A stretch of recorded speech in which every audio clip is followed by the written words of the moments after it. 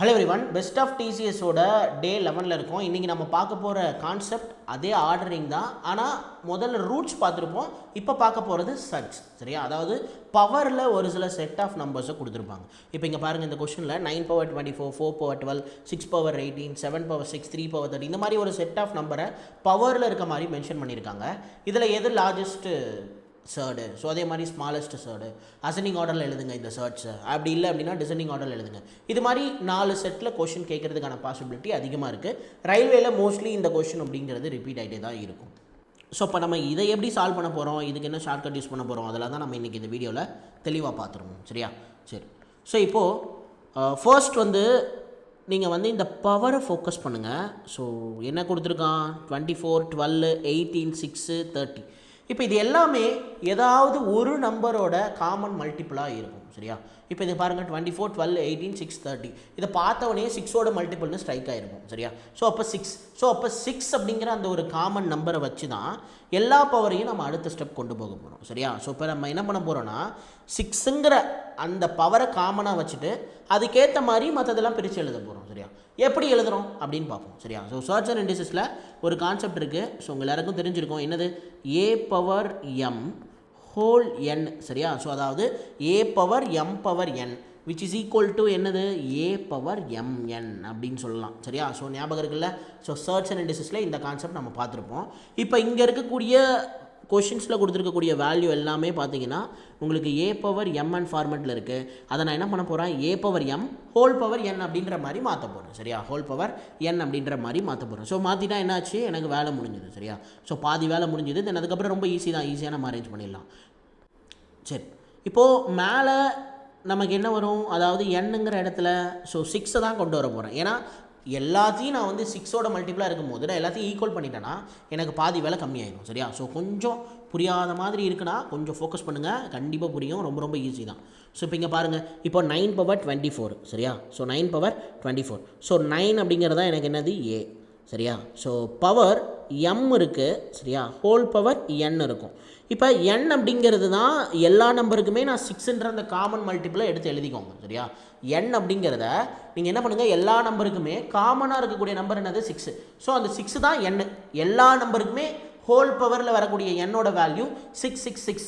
அதுக்கேற்ற மாதிரி எந்த நம்பரோட மல்டிபிள் பண்ணால் நமக்கு அந்த பவர் டேலி ஆகுது அப்படின்றத பார்த்து எம்மோட வேல்யூ போடணும். சரியா? ஸோ இப்போ இங்கே பாருங்கள், ஸோ 9 power என்னோட வேல்யூ நான் என்ன சொல்லியிருக்கேன், 6ன்னு சொல்லியிருக்கேன். சரியா?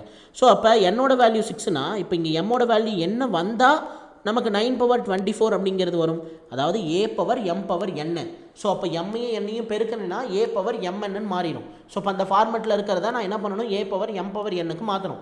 9 power 24 நான் a power m power n ஃபார்மெட்டில் மாற்றணும்னா ஸோ அப்போ 9 power 4 power 6 அப்படின்ற மாதிரி மாற்றணும். சரியா?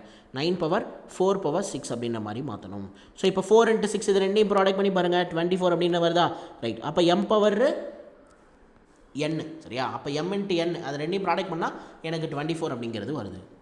ஸோ புரிஞ்சுதா? அவ்வளோதான். இப்போ அடுத்தடுத்து அப்படியே போட்டுடலாம். இப்போ 4 power 4ங்கிறது தான் a. ஸோ எனக்கு என்ன வரும், என்னோட வேல்யூ 6ன்னு நான் எடுத்துக்கணும்.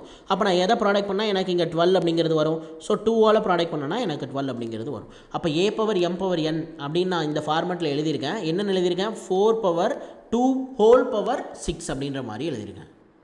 ஸோ கிளியரா? ரைட். இப்போ அதே மாதிரி 6 மேலே எனக்கு என்னோட வேல்யூ என்னது 6. ஸோ அதே மாதிரி எனக்கு எம்மோட வேல்யூ என்ன வரும், 3 அப்படின்னு வரும். அப்போ 3ஓட ப்ராடக்ட் பண்ணும்போது தான் எனக்கு 18 அப்படிங்கிறது வரும். சரியா? ஸோ இப்போ அதே மாதிரி தான் அடுத்ததும் எழுத போகிறேன். ஸோ இங்கே பாருங்கள், ஸோ ரொம்ப ரொம்ப சிம்பிள் தான். ஸோ ஃபஸ்ட் அண்டர்ஸ்டாண்ட் பண்ணிட்டீங்கன்னா தென் அதுக்கப்புறம் ரொம்ப ரொம்ப ஈஸி தான்.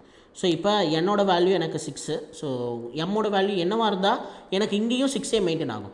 1ஆக இருந்ததுன்னா எனக்கு இங்கேயும் 6ஏ மெயின்டைன் ஆகும். சரியா? 1ஆக இருந்தால் எனக்கு இங்கேயும் 6ஏ மெயின்டைன் ஆகும். ஸோ அப்போ a power m power n ஃபார்மெட்டில் என்ன நம்ம எழுதியிருக்கோம், 7 power 6, 7 power 1 power 6. ஸோ அப்போ m into n ரெண்டையும் ப்ராடக்ட் பண்ணால் எனக்கு 6 வந்துடுது. ஸோ அடுத்ததாக பார்த்தோன்னா 3. ஸோ ஹோல் பவர் எனக்கு 6 வரணும். ஸோ 30 இருக்குது. அப்போ எம்மோட வேல்யூ என்னது 5. ஸோ அப்போ 5 into 6 is equal to 30 அப்படின்ற மாதிரி வந்துருச்சு. ஸோ அவ்வளோதான், இப்போ முடிஞ்சிச்சு. ஸோ அவங்க கேட்டது எல்லாமே நம்ம எழுதியாச்சு. ஸோ இதிலேருந்து நம்ம அடுத்த ஸ்டெப்பை ரொம்ப ரொம்ப ஈஸியாக கொண்டு போயிடலாம். ஸோ இப்போ இங்கே பாருங்கள், எனக்கு என்ன தெரியும், பவர் எல்லாமே காமனாக இருக்குன்னு தெரியும். சரியா, பவர் எல்லாமே காமனாக இருக்குன்னு தெரியும். அப்போ நான் இந்த வேல்யூ, அதாவது 9 power 4, 4 square, 6 cube, 7 power 1, 3 power 5 இதோட வேல்யூலாம் கண்டுபிடிச்சிட்டேன் அப்படின்னாலே அதுலேருந்தே என்னால் ஷார்ட் லிஸ்ட் பண்ணிட முடியும். எது லார்ஜஸ்ட், எது ஸ்மாலஸ்ட், எது செகண்ட் வரும், எது தேர்ட் வரும் அப்படிங்கிறது எல்லாமே என்னால் ஷார்ட் லிஸ்ட் பண்ண முடியும். சரியா, ஸோ அதனால் நான் என்ன பண்ண போகிறேன்னா இப்போ 9 power 4 வேல்யூ கண்டுபிடிக்க போகிறேன். ஸோ 9 power 4 வேல்யூ டேரெக்டாக உங்களுக்கு தெரியாது. சரியா, நிறைய பேருக்கு 9 cube வரைக்கும் தெரியும். 9 power 4 டக்குன்னு ஸ்ட்ரைக் ஆகாது. எடுத்துகிட்டு போய் நீங்கள் வந்து ப்ராடக்ட் பண்ணிகிட்டு இருக்க தேவையில்ல. சரியா, 729ஓட இன்னொரு 9 ப்ராடக்ட் பண்ணிக்கிட்டு அந்த மாதிரி வேலையே வேணாம். சரியா, 9 square into 9 square. So 9 square into 9 squareனு பிரிச்சுக்கோங்க இந்த 9 power 4. ஸோ பேஸ் சேமாக இருக்குது, அப்படின்னா பவர் ஆட் பண்ணிக்கலாம். அப்போ 9 power 4 அப்படின்ற மாதிரி மாறிடும். ஸோ அப்போ 9 square into 9 squareனா 81 into 81. So whole பவரில் நமக்கு வந்து 6 அப்படிங்கிறது வருது. அடுத்த 4 square, 4 squareோட வேல்யூ என்னது 16. இது நமக்கு தெரியும், எந்த பிரச்சனையும் இல்லை. 16 power 6. ஸோ அடுத்ததாக 6 cube என்னது, ஸோ 6 square 36. 6 cube வந்து பார்த்தோன்னா நமக்கு 216. சரியா, அதெல்லாம் நமக்கு தெரியும். க்யூப் நம்பர்ஸ்லாம் நமக்கு பிரச்சனை இல்லை. அதை தாண்டி பவர் போகுது அப்படின்னா நீங்கள் க்யூப் அண்ட் ஸ்கொயர் ஃபார்மெட்டில் நீங்கள் பிரித்து எழுதி கண்டுபிடிச்சிடலாம். சரியா, எதுவும் பிரச்சனை கிடையாது. 7 power 6. So 3 power 5. So 3 power 5.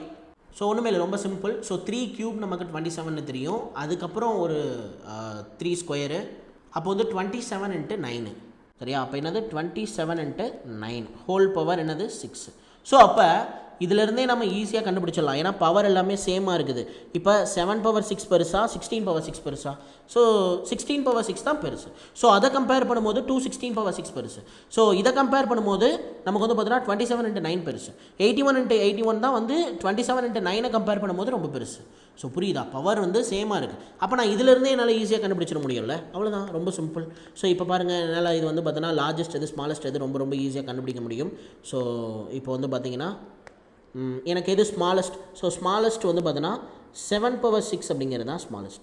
So இப்போ 7 power 6 தான் நம்ம வந்து பார்த்தோன்னா ஸ்மாலஸ்ட்டாக கன்சிடர் பண்ணியிருக்கோம். ஸோ அதோட கன்சர்ன் ரூட் எதுன்னு பார்க்கணும். சரியா, இங்கேயும் நமக்கு 7 power 6 இருக்கிறதுனால ஸோ ரெண்டும் மேட்ச் ஆயிடுச்சு, அதனால் பிரச்சனை இல்லை. பட் ஆனால் இங்கே பாருங்கள் 2 power 216 power 6 இருக்குது. ஸோ ஆனால் இங்கே 6 power 18 இருக்குது. ஸோ கன்சர்ன் ரூட்டை தான் நீங்கள் வந்து செக் பண்ணுற மாதிரி இருக்கும். ஸோ புரியுதா, இப்போ 7 power 6 அதுதான் வந்து இருக்கிறதுலே ஸ்மாலஸ்ட்டு. ஸோ அதோட கன்சர்ன் ரூட் எது நமக்கு, அதே 7 power 6 தான். ஸோ அப்போ அதுதான் நமக்கு என்னது ஸ்மாலஸ்ட் அப்படின்னு வந்து தெரிஞ்சிருச்சு. இப்போ லார்ஜஸ்ட் எது இருக்கிறதுலே, லார்ஜஸ்ட் 81 into 81 power 6 அப்படின்றது தான். ஸோ அப்போ அதோட கன்சர்ன் ரூட் எதுன்னு பார்க்கணும். ஸோ அதோட கன்சர்ன் ரூட் நமக்கு 9 power 24. ஸோ இதுதான் நமக்கு என்னது லார்ஜஸ்ட். ஸோ புரியுதா, எது ஸ்மாலஸ்ட் சர்டு, எது லார்ஜஸ்ட் சர்டு. இதே இந்த கொஷினுக்கு இப்போ நான் கண்டுபிடிச்சதை வச்சு என்னால் என்ன பண்ண முடியும், அசெண்டிங் ஆர்டர்லேயே எழுத முடியும், டிசெண்டிங் ஆர்டர்லேயே எழுத முடியும். ஸோ இப்போ அசெண்டிங் ஆர்டருக்கு நம்பர் கொடுங்க பார்க்கலாம். ஸோ இது 1, ஸோ இது 2, சரியா, இது 3, இது 4, சரியா, இது வந்து 5. ஸோ இந்த ஆர்டரில் இதோட கன்சர்ன் ரூட்ஸை அரேஞ்ச் பண்ணிங்கன்னா அசெண்டிங் ஆர்டர் காமெடி முடிஞ்சு போச்சு. இதை அப்படியே ரிவர்ஸ் ஆர்டரில் எழுதுனீங்கன்னா டிசெண்டிங்கும் முடிஞ்சு போச்சு. ஸோ புரியுதா, அவ்வளோதான், ரொம்ப ஈஸி. சரியா, ரைட். ஸோ அதே மாதிரி இந்த கொஷின் உங்களுக்கான ஹோம்ஒர்க். ஸோ இதை நீங்கள் சால்வ் பண்ணி கமெண்ட்டில் ஆன்சர் போடுங்க. சரியா, ஸோ ஆஸ் யூஷுவல் போன கொஷினுக்கான சொல்யூஷன் நான் ஷார்ட்ஸில் கொடுத்துருக்கேன். அது யாரும் பார்க்கலன்னா ஷார்ட்ஸில் செக் பண்ணி பாருங்கள். அதே மாதிரி இந்த ஹோம்ஒர்க் சம்க்கான கொஷினையும் நான் வந்து ஷார்ட்ஸில் சால்வ் பண்ணி அப்லோட் பண்ணுறேன். தேங்க்யூ.